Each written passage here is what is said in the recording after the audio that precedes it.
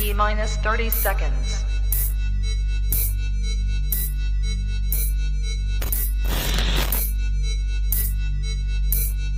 T-minus 20 seconds.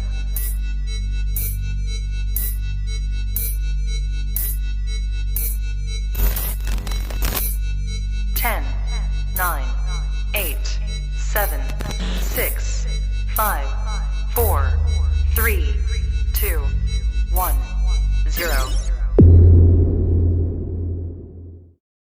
Let's just keep honest people honest.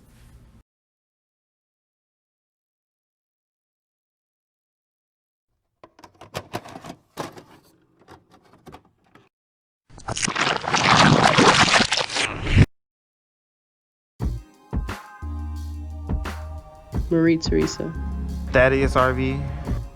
Elena Sandovici. Lauren Luna. Rodney D. Butler. Hugo Perez. Amy Cummins. Flux the Artist.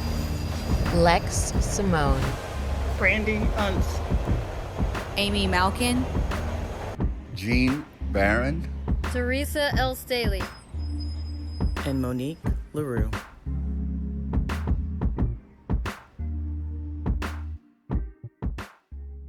Alright, so remember those pancakes and booze shows? Cool. So in 2018, I began to travel for them, and I did one in Atlanta and sold some pieces that night too, so that was cool. I did my local Houston and pancakes and booze shows too, but I wanted to be doing more in Houston, so I sought out for some type of training or a mentor. I applied for the Escapist mentorship program under the direction of artist John Rawls Palmer and Ryan Lindsay. I started my training. I met collectors, managed my sales, at least learned how to. And I also met some of the past escapists. I didn't know we'd work together so often as we do now, present day, but I can't wait for you guys to meet this next Houston artist.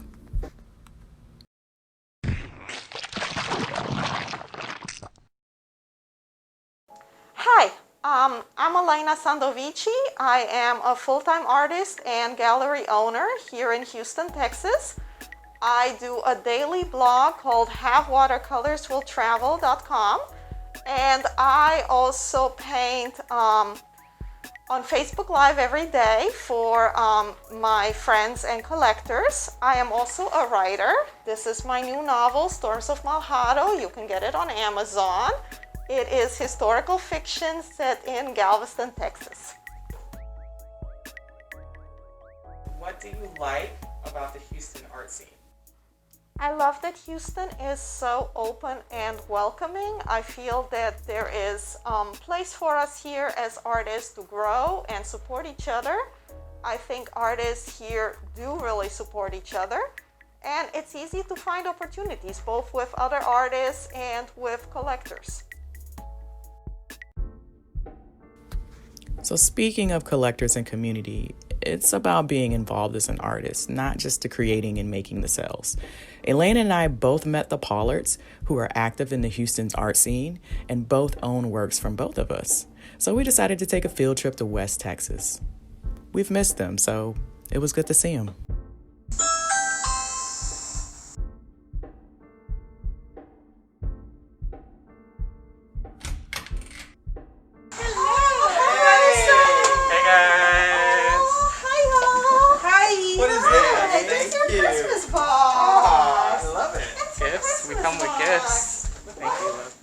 This is Bob. Lots of art. That's Bob. And Rosa. Hi, Rosa. Elena. Hi. I'm behind the camera. And this is Alexander Ross.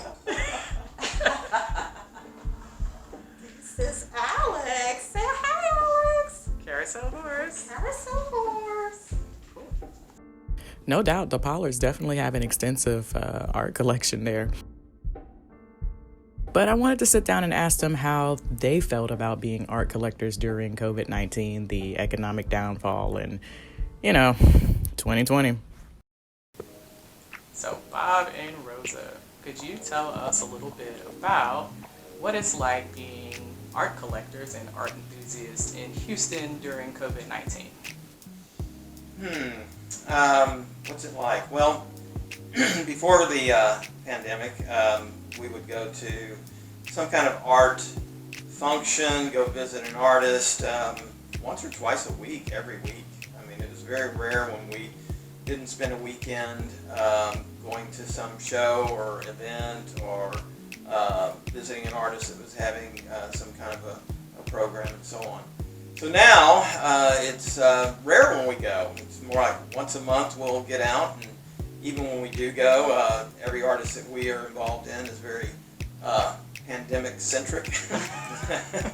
Right. They allow only a few people at each event. Everybody has to be spread out. Everybody has to wear their mask. And they're very careful. You walk in and there's a hand sanitizer right there in front and so on. Rosa? And we do miss getting together and having the fun parties and be able to hug the artists. So that's the part I miss. Yeah, before we really had this clique that there's 15, 20, 25 collectors and artists. If you add the artists, probably more like 40. That we see each other regularly, we would see each other once a week or once every couple of weeks, and really developed this bond between other collectors, other friends, that we have art in common and artists in common. I think the Pollards are a true example of the culture and positivity that comes from being in the Houston art community. It's nice to do nice things with nice people and to know that it's genuine. So, can you tell us about where you got your first art start or a pivotal moment in your art career in Houston where you felt like, this is where I want to be to make art right now? Okay, so there would really be two. One is when I first went to Hardy and Ann's studios to visit Naz Kaya Erdal, who's an abstract artist I really admire. And she was like, hey, I remember you, I've seen you at other shows, you've moved to Houston, do you need studio space? And we ended up sharing a studio at Hardy and Ann's, and that was really awesome. And my other second moment that was really magical was the first time I went to a party at John Ross Palmer's, and I saw his art and really loved his art, but I also saw the way he interacted with people, and I was really, really, really admiring him and what he did. And then the next thing I find out is that he has a mentorship program out of his home and gallery. And I was like, okay, I'm gonna apply for this and I'm gonna get it. And I knew it was meant to be. I'm meant to do this. How do you feel about being an artist during COVID-19 and the current events of 2020 so far? Well, while I really hate COVID-19, I really feel that I am lucky, and I am, it caught all of us off guard, but in a way, it caught me at the best possible time in my life where it could catch me, because I am an artist, because this is what I do, because I can stay in my studio. I don't have to go anywhere. This is my coping mechanism on my face. This is Matilda. So this is a giant painting, and you're gonna see this during the documentary. It's a big painting of a carousel horse, and I painted it for my collectors over Facebook Live. So I feel that I am learning new things. I'm discovering new things. I don't like technology. I don't even have internet in my house. I use my data plan on my broken phone. But you know what? I can run with it, and I'm actually discovering that I love live painting. So, it's helping me. What do you think the world needs more of in this time? Well, from an artist perspective and from a human perspective, I think we all need more empathy. I think that this is an unprecedented crisis because usually we don't all suffer a crisis at the same time. So this is this really strange time when you might every now and then feel like you're falling apart, and you reach, you reach out to your friends and other loved ones for comfort, and guess what? They're falling apart too. We're all falling apart. Have fun. So I think what we need most of all is empathy and to try to understand each other and to try to understand that we are all messed up, we are all messing up in different ways. And we have to somehow work together through this, which human cooperation doesn't have a good track record. I used to be a social scientist in my previous life, and I studied this thing called the collective action problem, which basically tells you that everybody's a free rider and nobody really wants to do their share. So we just need to find ways to somehow get along and get past our differences, and also have empathy for how a lot of us mess up, like a lot. So I really think that art can do that. I think that art and literature can open up humans' hearts and make them more empathetic, make them more understanding, also make them maybe a little bit happier. If we're a little happier, maybe we'll be kinder. I don't know. The next question is, tell us, how do you feel your art impacts the Houston community?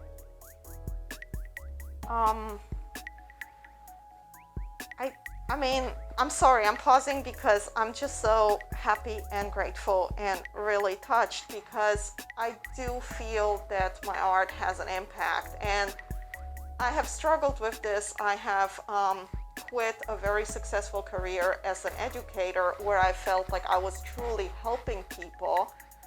And I've quit that in order to make art, and I thought sometimes that maybe that was selfish because I just want to play. I just want to do what's fun for me. I want to do what I like. But through this crisis, what I'm seeing is that people need art, and that, actually my mentor, John Ross Palmer, said this to me one time. He said, other people can go in there and teach your classes, but nobody can make the art that you are going to make. And I think this is the first time when I really see clearly that art is making a difference. Maybe not, again, my art cannot cure COVID. My art cannot bring world peace or anything like that. It cannot, help the homeless population or something like that, or do other great things. But I feel that it is bringing people joy on a daily basis, and that's important. What is the Elena Sandovici message to the world? Ooh. If you need a break, you can pause. I know it's kind of a big just question. have more fun. Just have more fun. Just try to allow yourself to have fun. It's okay to have a good time. Maybe just that. I don't know. I can't come up with anything more profound right now. But I think No, we'll take it. I think having fun might be profound, It's like we're meant to have fun. It is. All right, cool.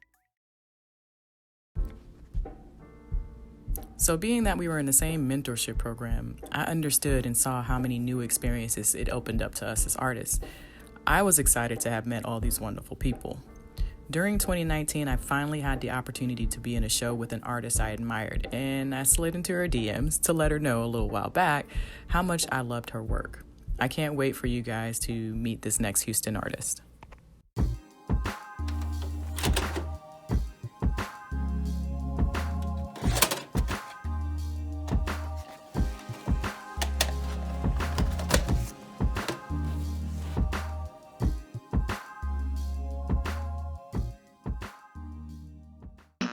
Can't